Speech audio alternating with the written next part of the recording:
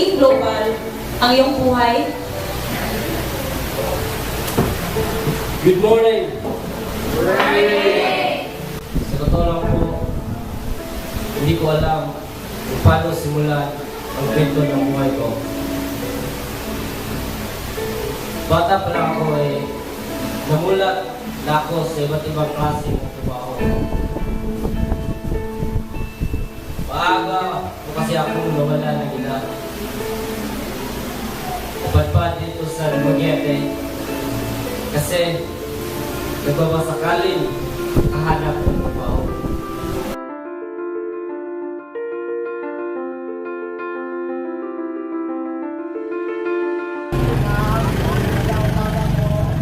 Kaya po ba kayo ng katulong? Galing po ako sa mga gawing bahay sa kapapagkakak wala niyo po ako. Nako, sobrang bata ka pa para magtrabaho. Alay, mabilis po. Sige na, umalis ka na. May customer pa ako. Ano sa'yo? Ale, naghahanap po ba kayo ng katulong? Ilang taon ka na ba? Nasaan pang mga magulang mo? Sa 4 na taong gulang na po, wala na po yung nanay ko, saka dito po kami lahat mga kapatid. Buti na lang at may nagmagandang loob na tanggapin ako. Nagtrabaho po ako sa isang kantunan. 3 taon po ako sa trabahong yon.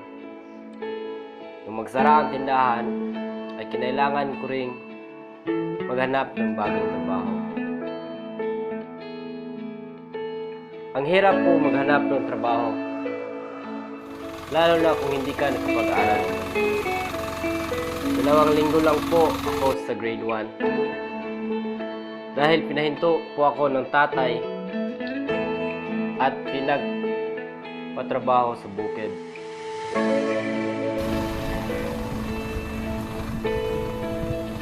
Nagtagay na ba?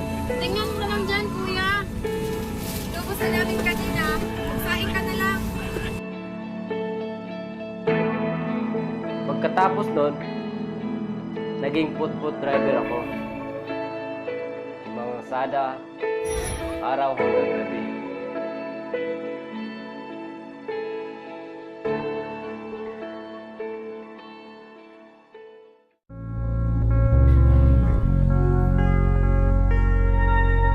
At doon nagsimula ang love It's story my namin. love for you I can't forget. And look in your eyes, I'm feeling straight. It's my love for you I can't restrain. And look at the sky and feel the rain. In your eyes, this love that's never ending. Would you take the fall? How can I get over and there's a steal my heart from being? I can't believe it. Take a smile, yeah, just for a while. Baby, it's you that I always wanted. Love is right, just Mr. Moonlight shining through the night. I wanna hold you so tight. Close my eyes and I realize, baby, it's you that I always dream it up. Ayun, nagdesisyon kami na magsama hanggang sa may kaibigan akong nag-alok ng trabaho sa Maynila. Mari, patawag. Gusto ko sana makausap ng asawa ko. Oo naman, Mare. Sandali lang, ah. Salamat, Mari. Walang anuman, Mare.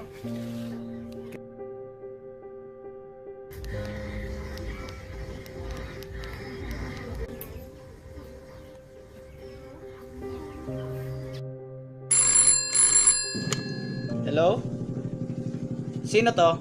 Ay, hello po. Si Teresa po to, asawa ni Leonre. Nandyan po ba siya?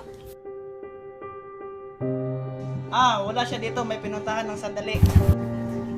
Ah, sige.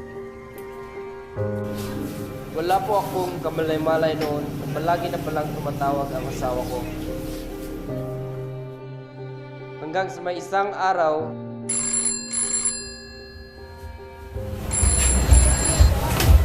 hello?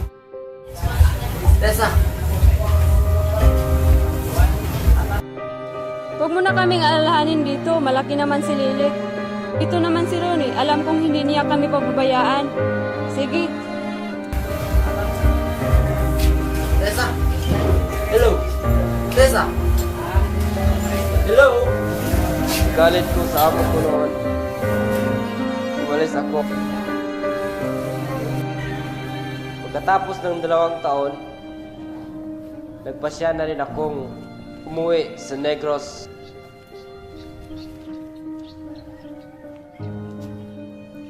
Manang, magandang araw po. Pwede ba magtanong, Manang? Ano man, iho?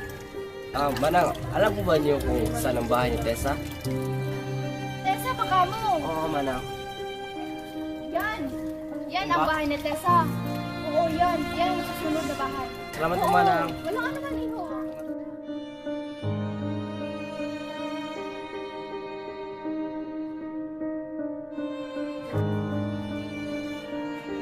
Tessa?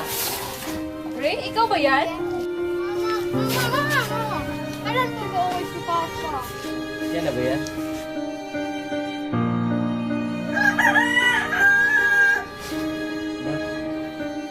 Kumain mo ako. Ano? Kahit na hindi ko nasasihan ang kung ano. Umalis ka na. Baka makita ka pa ni Ronnie. Kunin ko anak ko. Ano? Ganun na lang yun? Basta-basta ka lang sumupot dito tapos kunin mo ang anak mo?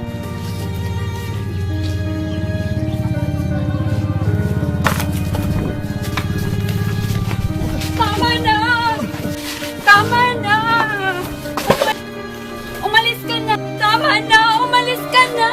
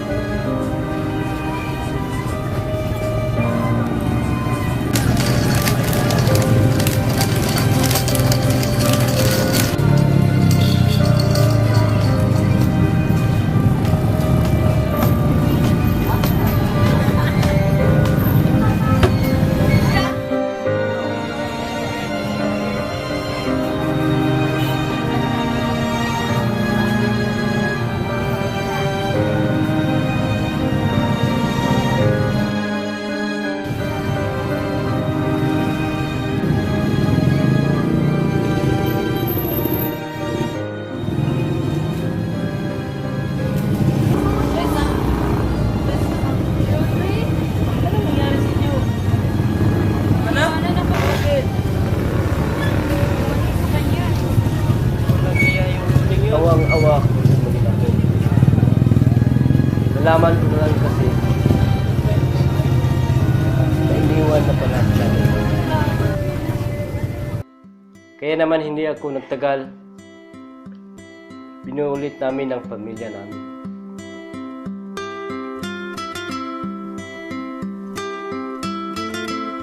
Ang saya-saya namin noon.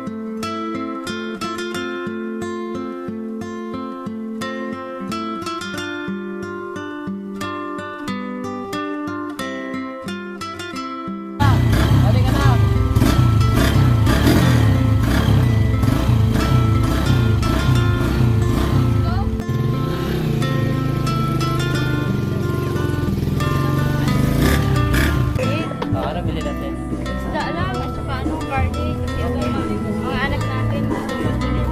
Kumain na.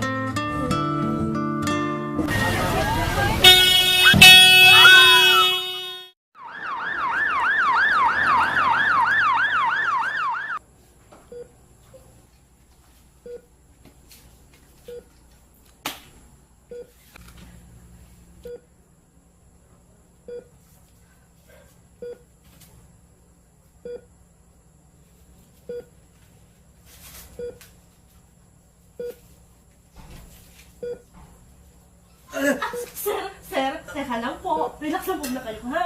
Sir, higa po muna kayo, ha? Sir, relax lang po. Relax lang po tayo. Ganyan. Sir, relax lang po, ha? Relax lang po. kasi po ganito po yung nangyari. Kahapon po, na-aksidente po kayo.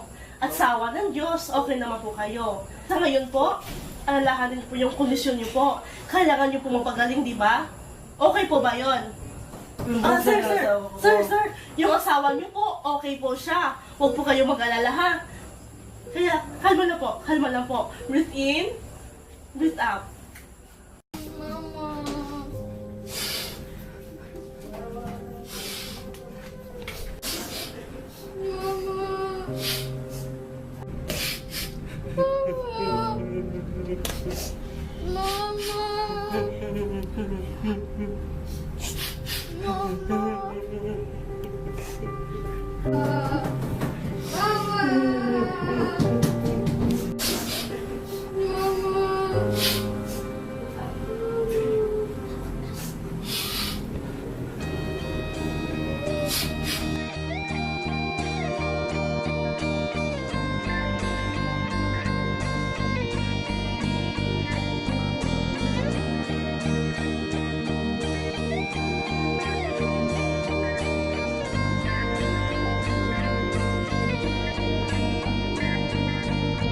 Nagkatingin sa mga ulap. Kailan kaya matatapos ang paghihirap? Minsan inaisip na lang kung bakit nabuhay pa sa mundo.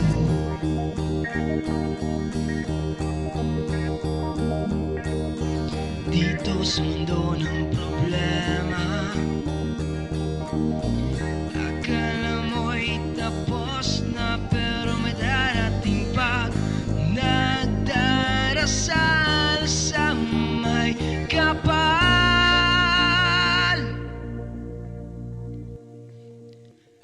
Kung naririnig mo ako, tulungan mo po ako malampasan ang paghihirap ko. Nasaan na ba ako ngayon? Saan ba ako magsimulang hanapin ang sarili ko? Nasaan na ba ako?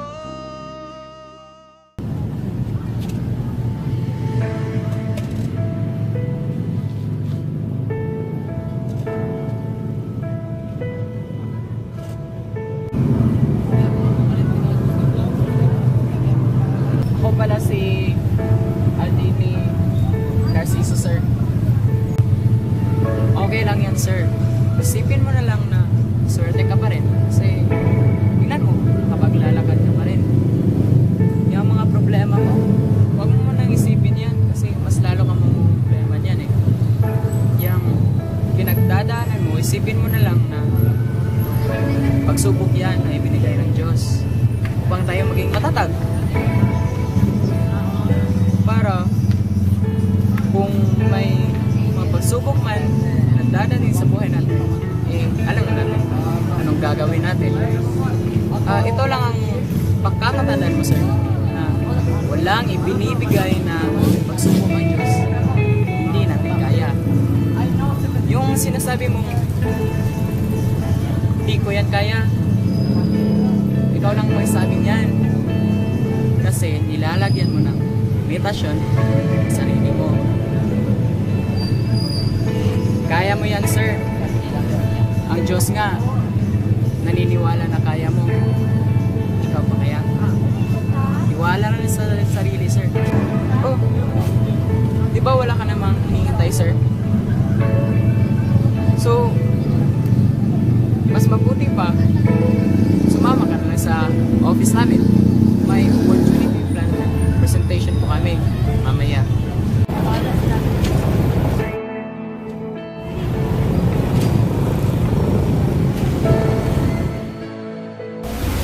Good morning! Sino yung mga first timers dito? Pag-itaas yung mga kamay! Wow! Palakpakan naman natin yung mga sarili natin. Dahil dito sa Joban, magbabago ang buwan nyo. Palakpakan naman dyan!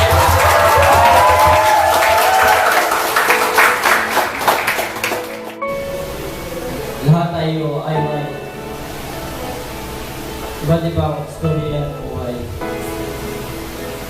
Minsan, naisip natin, yan fair ang life. May ibang ang ginawa, may ibang nahihirap, ang problema, at ako, nasabi ko sa aking sarili, na Ray, kaya mo pa yan. Dahil habang may buhay, maraming salamat po. Salamat din, Dr. John Ray Batawang. Oh, natouch ba kayo na-inspire sa kwento niya? Okay.